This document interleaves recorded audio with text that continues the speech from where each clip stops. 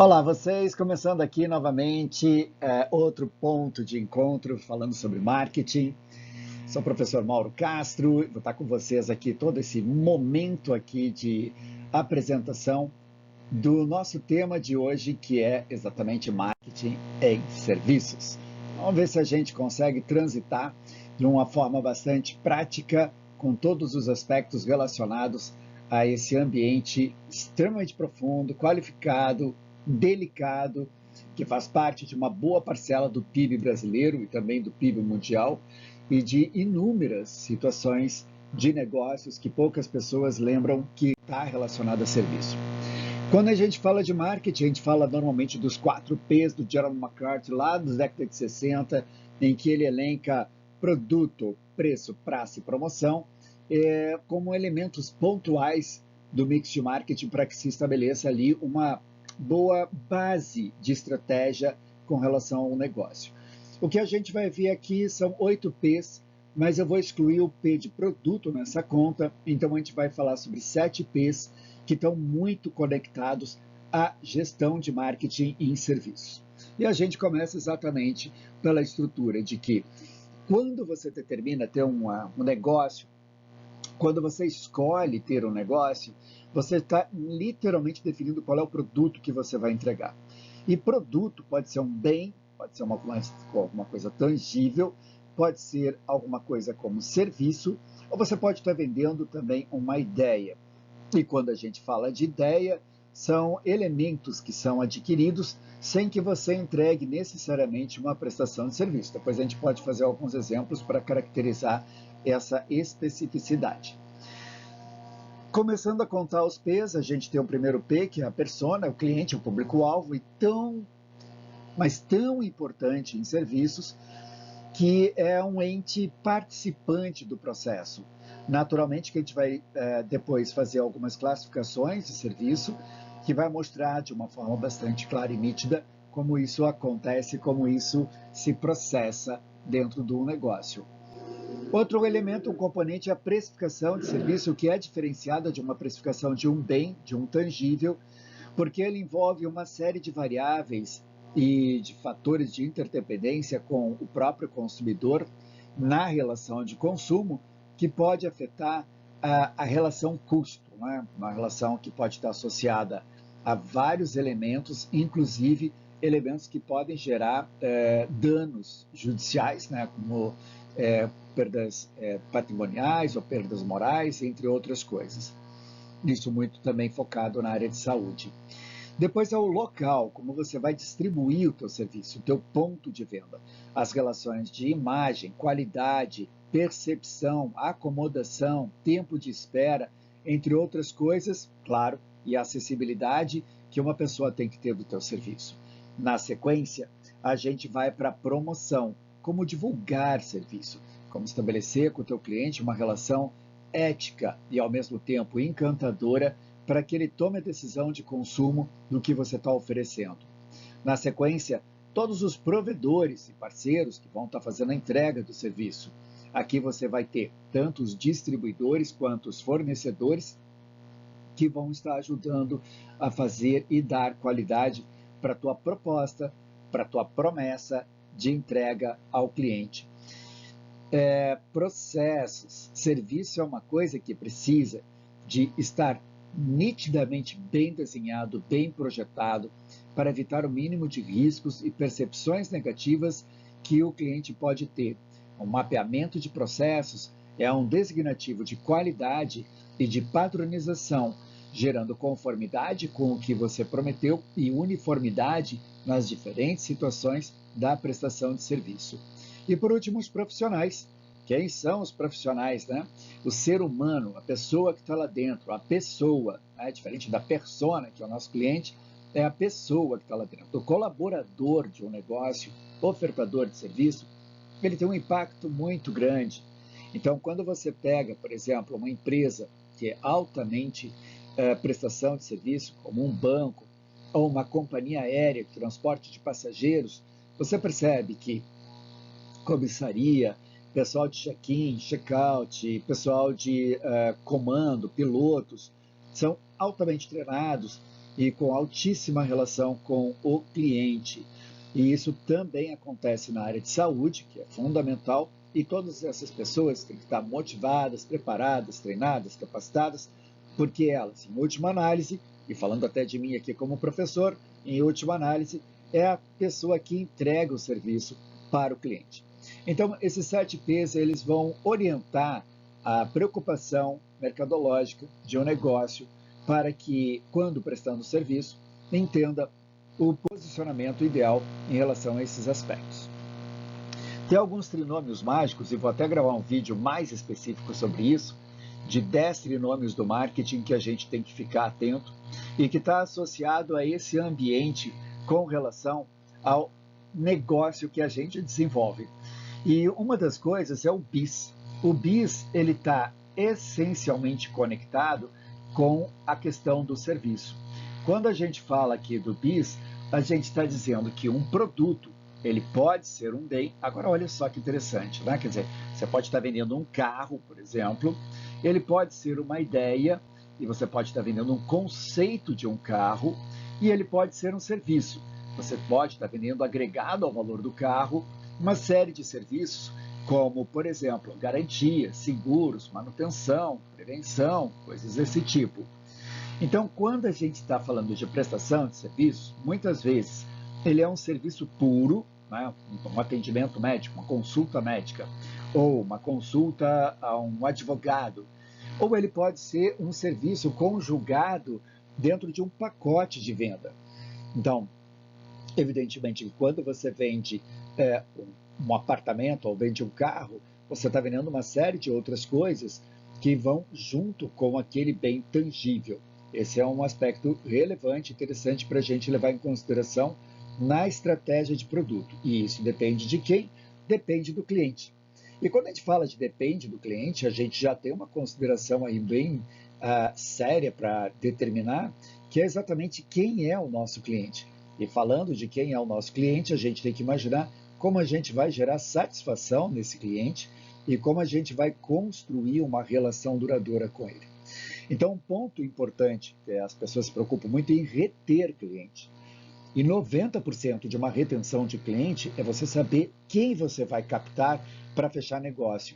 Então, esse aqui é um bom elemento de parâmetro de comparação, que são as questões demográficas a partir de renda, ou seja, a capacidade de compra de um cliente de uma oferta, acesso, isso tem a ver com distribuição, mas esse acesso ele passa por outras variáveis que a gente tem que analisar, e para isso eu recomendo que vocês assistam a aula dos trinômios de marketing, e finalmente a gente tem o I de interesse que essa pessoa tem, esse cliente tem, no que você oferece, e interesse também. A gente tem 3 diferentes elementos aqui que entram nas questões de comportamento do consumidor, entram nas questões ligadas a necessidades que ele tem e os desejos de satisfação a partir do processo de compra. E, finalmente, a gente tem o CVB. E quando a gente fala aqui do CVB, a gente está falando que todo cliente ele vai estar querendo comprar um determinado produto ou um serviço e que esse produto ou esse serviço entregue para ele um tipo de construção de características que sejam realmente significativas e, de uma certa forma, compensadoras, que entregue valor. Então, todo produto, né? E agora vamos lembrar, produto é o que a gente chama aqui de BIS. Ele pode ser um bem tangível ou ele pode ser um serviço. Então, todo produto ele vai ter uma característica, uma construção de característica, ele vai ter a característica e o característico é aquilo que marca, aquilo que realmente vende.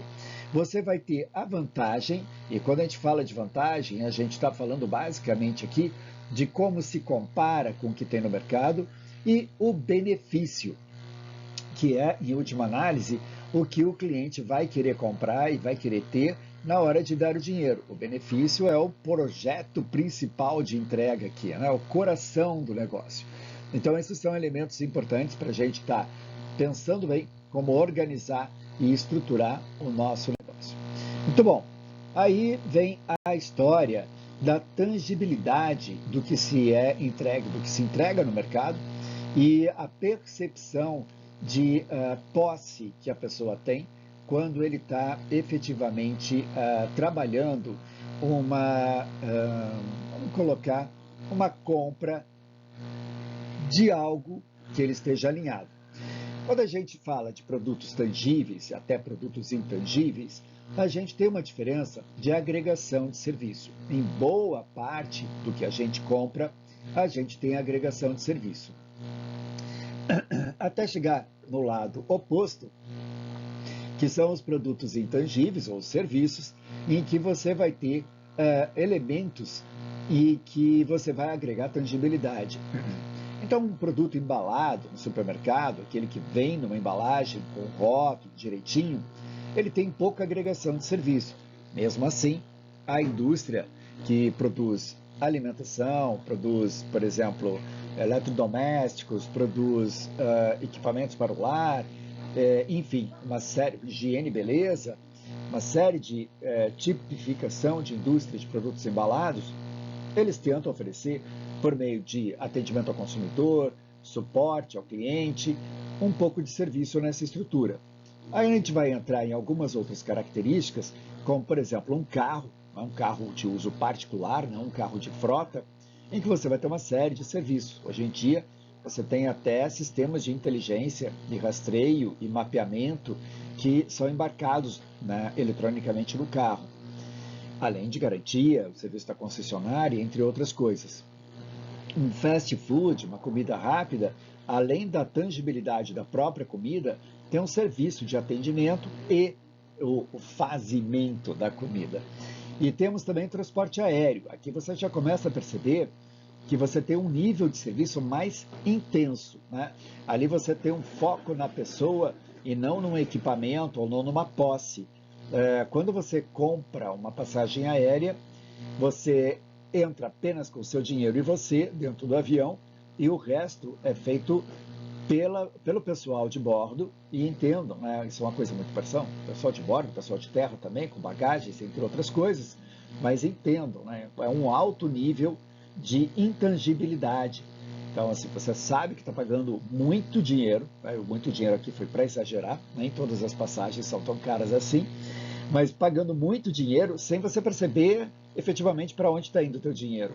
E só quem tem a companhia aérea vai saber explicar isso, porque realmente custa caro.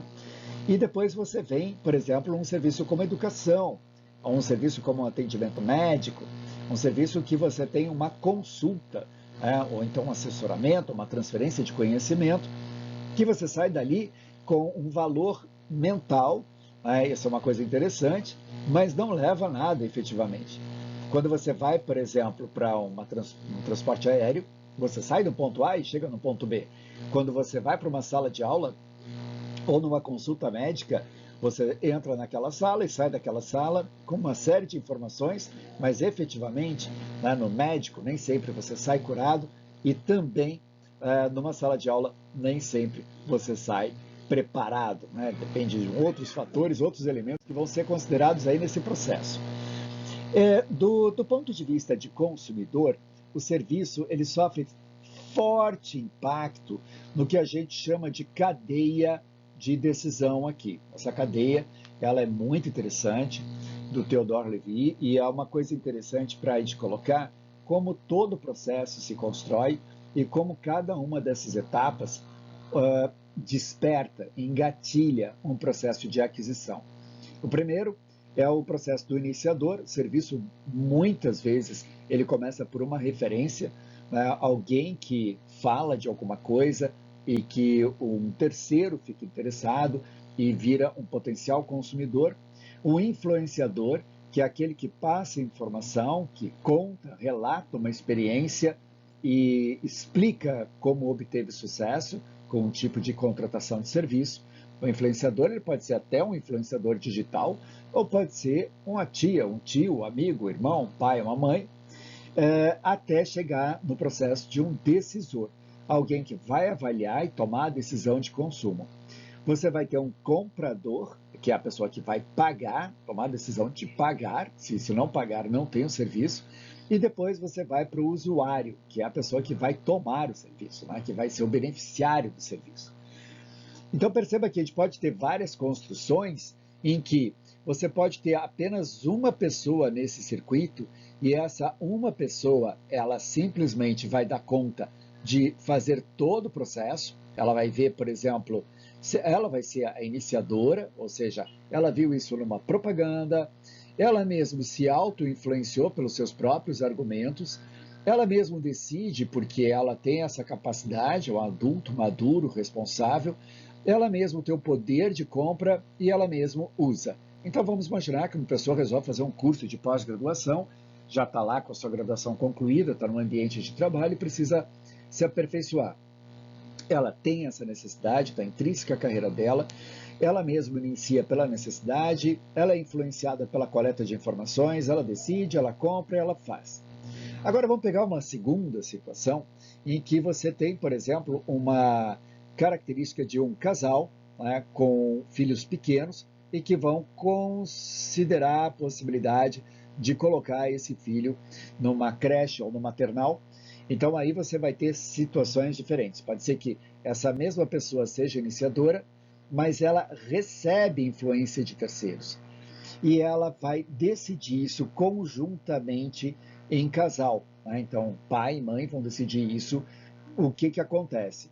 Pode ser que um ente do casal, ou a mãe, ou o pai, sejam o comprador.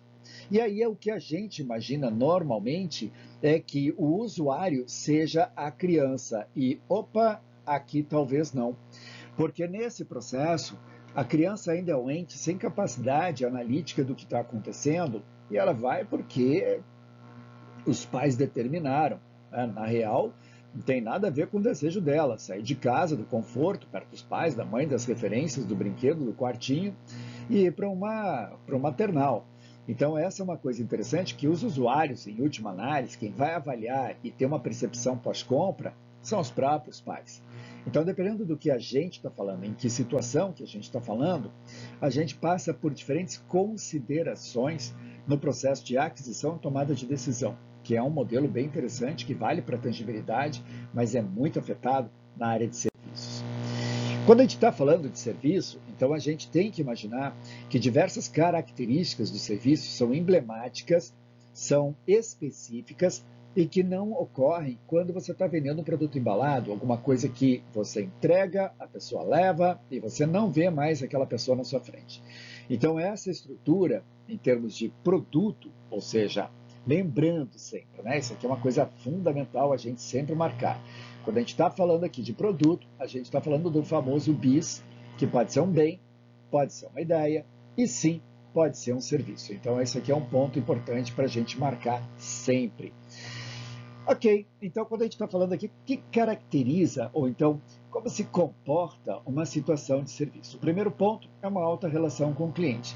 Isso aqui é fundamental a gente entender, porque o cliente participa. Em algumas situações participa mais, em outras participa menos. Então, uma coisa muito óbvia, né? Você alugou um apartamento de uma imobiliária, essa é uma prestação de serviço, e você vai participar intensamente do processo, você vai estar lá dentro do apartamento.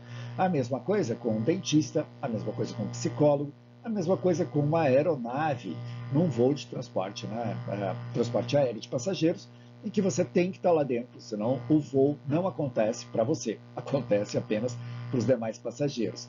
Então esse é um ponto interessante. A questão da perecibilidade, esse é um elemento muito importante, porque ele está associado ao fato de que se você não consumir, ele não vai estar mais lá. A história do voo. O voo sai daqui a 1 hora. Se você não estiver no aeroporto, não embarcar no horário certo, você perde o voo. Ele é perecível. É diferente de um pote de maionese lá no supermercado, em que você vê na prateleira, vê lá 200 potes, dá uma volta no supermercado para decidir se leva ou não e volta lá e os potes estarão lá.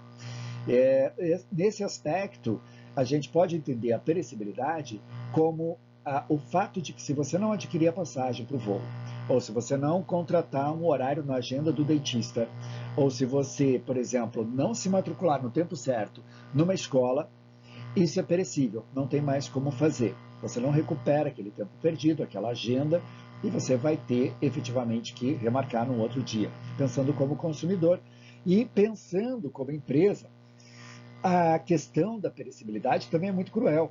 Porque se um dentista tem lá 8 possibilidades de consulta na sua jornada diária, e ele não conseguir fechar esse estoque de agenda dele, não tem como recuperar no dia seguinte, ele perde. A intangibilidade dispensa comentário. A intangibilidade, a gente já falou um pouquinho sobre isso no slide anterior. A heterogeneidade, desculpa aqui, gente, bolou.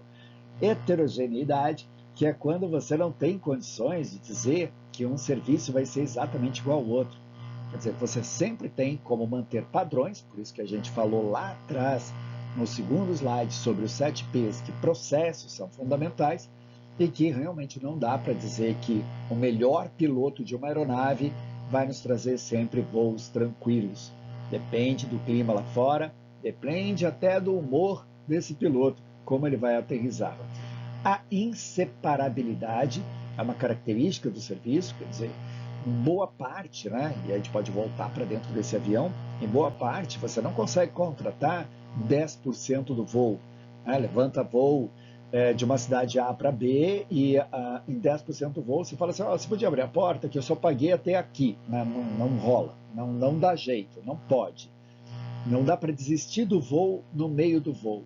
Você pode desistir antes ou lamentar depois. Esforço do cliente, você vai ter que ir lá, vai ter que participar, vai ter que falar, vai ter que contar e sofrer. Então, sofrer no sentido que se for um dentista e tiver que fazer uma extração, então, você vai estar lá no meio da briga. E a questão da uniformidade, ou seja, a busca máxima pela qualidade da entrega, fazendo com que padrões sejam respeitados, padrões mínimos sejam respeitados. Isso acontece na preparação de uma aeronave para voo, acontece na confecção de um hambúrguer dentro de uma grande franquia e acontece também num padrão de anamnese de um médico junto ao paciente. Então, tem padrões, tem uniformidade. Um dia é igual ao outro? Um cliente é igual ao outro? Não. Por isso, não dá para contar sempre com isso. Os serviços eles podem ser caracterizados como serviços fornecidos por pessoas. Então, esses serviços eles têm que gerar uma certa construção de confiabilidade, porque há uma interação muito grande com o humano. A responsividade, porque senão você perde o momento da oferta do serviço e da contratação do serviço. Essa é uma questão muito importante, porque a pessoa que contrata, ela quer uma resposta rápida, tem que dar garantias, porque o serviço feito pelo humano, normalmente você vai ter uma certa variabilidade, gerar empatia, esse é um momento complicado, a gente colocou nos 7 P's, formação dos profissionais, e a tangibilização. Essa é uma das características que talvez fique mais difícil de explicar agora, mas é muito importante que ao término de uma prestação de serviço você possa tangibilizar ou demonstrar o resultado de um tipo de serviço.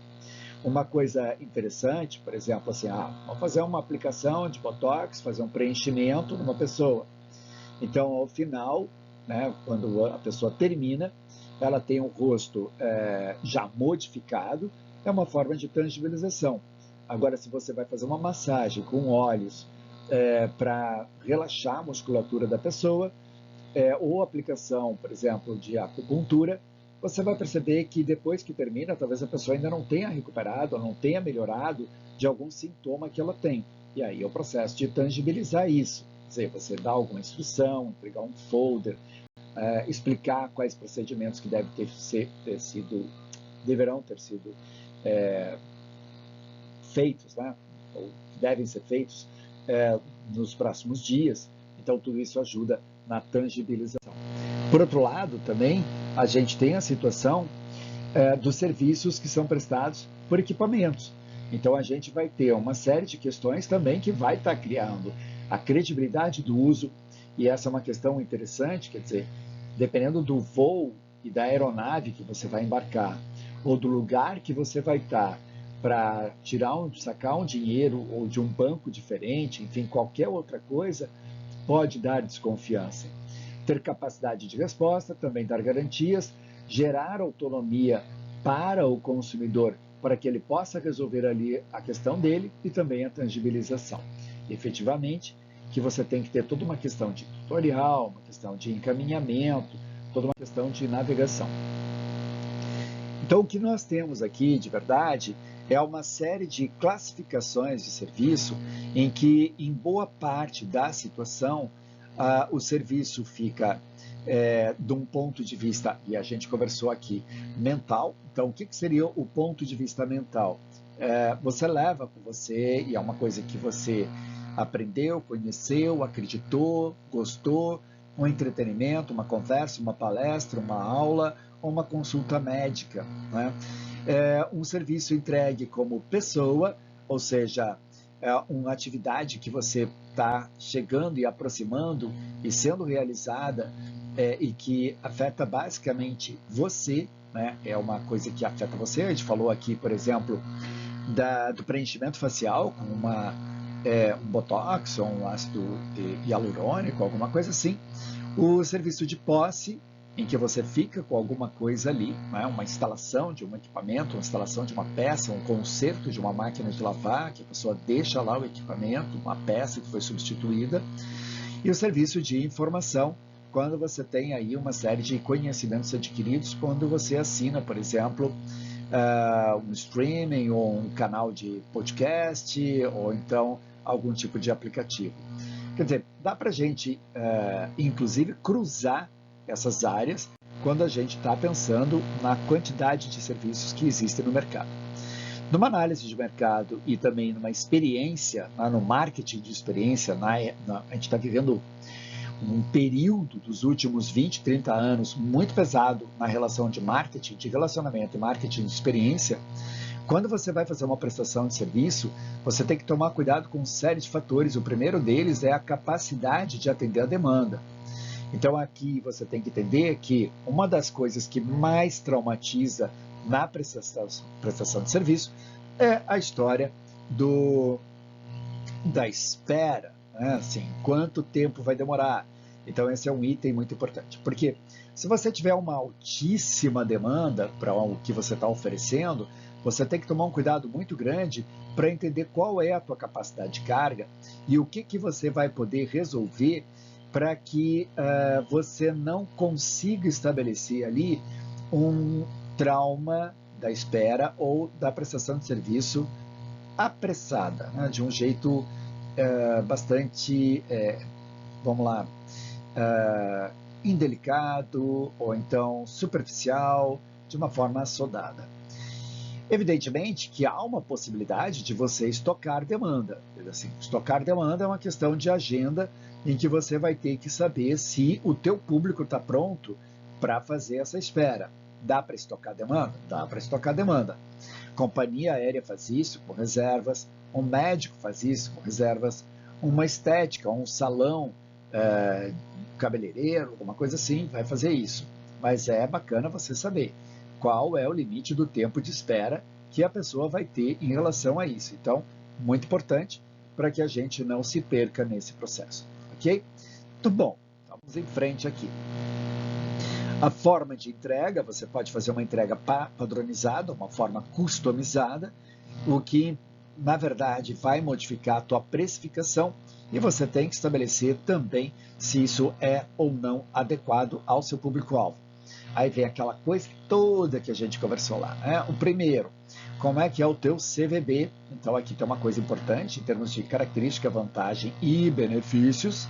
E qual é o teu público-alvo, né? Quer dizer, você recortou o teu público-alvo como em termos de renda, acesso e interesse. Então, tudo isso tem que ser trabalhado e entendido e não dá para dar receitinha mágica, porque cada negócio é uma segmentação, uma persona, um preço, uma entrega e tudo isso muda. Tem uma relação aqui dos gaps que acontecem com relação à entrega do serviço e uma das coisas legais é a gente perceber que existem dois pontos aqui muito característicos, né? Primeiro, é a questão da percepção gerencial, que muitas vezes pode estar baseado em pesquisa, mas outras vezes é uma percepção intuitiva. E o outro ponto é exatamente um ponto de como existe a comunicação interpessoal com o cliente, as necessidades do cliente e experiências e referências passadas. Isso tudo vai construir a expectativa do serviço. Isso aqui é muito interessante porque Você acredita que um cliente está indo adquirir um serviço com uma determinada percepção do que você falou, do que você anunciou, do que você explicou. A expectativa dessa pessoa está morando em outro estágio. Né? Então, isso é tudo muito relevante. Então, o primeiro gap é exatamente a diferença que tem entre a percepção gerencial, isso aqui é muito interessante, e a percepção real do serviço pelo consumidor. Então, esse é um item interessante para analisar. Depois você vai ter o Gap 2, que é exatamente como a gerência ou os elementos executivos da empresa traduzem essas percepções para a sua equipe de operação. Aí vocês vão voltar lá no 7Ps e lembrar de persona, profissional, processos, tudo mais. Aí você tem o Gap 3, que é exatamente como esse pessoal vai fazer a entrega do serviço, né? Incluindo todos os contatos anteriores e posteriores que vão ser realizados com o cliente. Aí você tem o Gap 4, que é como essas pessoas que receberam a percepção do gestor vai fazer a comunicação de mercado com ele, a promoção de vendas. Então, o que vai ser contado? Da forma que isso for contado, você vai criar o Gap 5 aqui, que é percepção do serviço adicionado ao que ele esperava encontrar, mais as relações de experiências passadas e o que estava formando ali de expectativa. Então, a gente chega a 5 gaps que são extremamente delicados quando a gente fala de como as coisas se processam dentro da organização. Muito bom. Um elemento fundamental que a gente tem é exatamente a implantação de gestão da qualidade nas empresas. Não importa se é uma fábrica, não importa se é uma prestação de serviço, a gente tem que perceber como isso vai acontecer. Antes que a gente até se perca, né, quando a gente está falando, por exemplo, de um varejo de autosserviço, um supermercado, por exemplo, ali também tem uma prestação de serviço. Então, não é uma coisa do tipo assim, serviço é só quando tem alguém conversando, prestando serviço humanamente. Não, a gente tem por equipamentos, por autosserviço e outras coisas dessa forma. E existe a escala Service Quality, né, o ServiQual, que estabelece a tangibilidade, a confiabilidade, a responsividade, a segurança e a empatia, para você ter um parâmetro de medida com relação ao que está sendo entregue para o cliente. Então, o aspecto de aparência e o físico de onde você está oferecendo o serviço, o desempenho prometido gera confiabilidade, o tempo que é entregue ou a prestação de serviço é iniciada é a responsividade, a competência e a credibilidade criada ao longo da história de um profissional, uma marca, e a compreensão e a comunicação com o mercado também contam muito ponto. Então, dentro desses elementos da Service Quality, a gente entra em outros 6 gaps que está relacionado à qualidade, que é a questão, por exemplo, do conhecimento, ou seja, a criação e construção de expectativa do cliente versus a competência da empresa, elas sempre são diferentes. Por quê? Porque as empresas elas têm uma tendência muito grande de valorizar para cativar o cliente, enquanto que o cliente ele vem com um enorme, né, olho gordo aqui, pensando do tipo assim, caramba, quero essa empresa. E aí acaba descobrindo que a vida não era tão linda assim e acaba ficando bastante decepcionado. As políticas da empresa, as regras, como é regrada a entrega, ou como o processo é desenhado lá dentro. Então as regras ou não existem ou são mal estruturadas. E pior, elas às vezes são bem estruturadas, mas não são treinadas com a equipe de apresentação e entrega. Então, eu sou professor, eu entro em sala de aula, eu tenho muito claro para mim quais são as regras da minha instituição e como devo respeitar essas regras no processo, não só em sala de aula, mas no processo, na minha preparação, no meu planejamento, na entrega do conteúdo, na avaliação, dos lançamentos das menções e, finalmente, na decisão de aprovação ou reprovação de um aluno. Então, isso aí tem que ser muito bem trabalhado, elencado e explicado. O gap da entrega, os padrões de entrega e o que é o desempenho real. A entrega, a gente tem que ir com muito cuidado nessa hora, porque a entrega é a prestação de serviço. Então você tem as fases, né, em que você comunica, então a gente pode ir lá colocar, você comunica o mercado, você vende, você faz o contrato, você entrega e você cobra. Então a gente tem que perceber, e se a gente fosse a fundo nisso, né, a gente teria que aprofundar todos esses tópicos dentro de marketing de serviço, mas se você fosse perceber, e talvez tenha até um sexto estágio, que é o atendimento ao cliente, pós-compra, então, que todos os teus padrões, nem sempre eles se refletem na realidade, e pode dar diferença. Outro gap que a gente tem aqui é o gap da comunicação, a gente já passou ali naquele gráfico, naquele fluxo que a gente comentou atrás, que é a relação do que você promete e o que você entrega. Isso aqui está muito relacionado com conformidade no padrão de qualidade. Então você tem que trabalhar alinhamento interno e reduzir exagero externo. E essa é a mesma questão. Por que existe um exagero externo? Porque você quer criar um encantamento, né? Então, você quer que a pessoa fique vibrando pelo que você faz e queira antecipar ao máximo possível a aquisição do teu serviço. Um quinto gap aqui são as percepções entre o que foi entregue e o que é a satisfação, é chamado momento da verdade com o cliente, né, o enfrentamento do processo com o cliente, e é muito importante que a gente estabeleça aqui nessa relação da entrega, das percepções, uma avaliação de satisfação para a gente mitigar qualquer dúvida que ficou ou interpretação negativa. Eu esperava que era mais, eu esperava que era menos, é que isso acontece. E, finalmente, a questão da qualidade percebida. Né? A qualidade percebida, ela é, primeiro, gestão da qualidade não é percepção de qualidade. É alguma coisa que tem a capacidade de gerar métrica e avaliação objetiva sobre o que é qualidade. Mas o que a gente vai trabalhar aqui é exatamente que quem faz a percepção de qualidade é o consumidor e quem mede qualidade é a empresa. Então, você tem um projeto de um serviço, né, que está desenhado, está pronto para ser entregue, e na hora que ele é executado, ele tem que ter conformidade. Então, você tem que saber exatamente até que ponto você aceita que alguma coisa saia errado dentro desse processo. Então, um elemento muito importante é você ter margens aceitáveis de erro dentro do teu projeto. Então, acho que são pontos aqui para a gente levar em consideração. E depois a gente tem aqui os riscos do serviço, né? O tipo de risco. Então, você tem, vamos lá, agora é olhando muito o consumidor, né? Então, primeiro é o risco funcional. O risco funcional é aquele que a gente nitidamente percebe que o desempenho foi insatisfatório. Pode ser objetivamente, então você percebe objetivamente, você mede, eu vou consertar o telhado dessa casa em uma tarde, e você fica 2 dias lá. Então, esse é um risco funcional, você tem um desempenho insatisfatório. O risco financeiro, né, uma perda monetária, custos inesperados, que esse custo pode migrar para o cliente ou pode ser assumido pela empresa.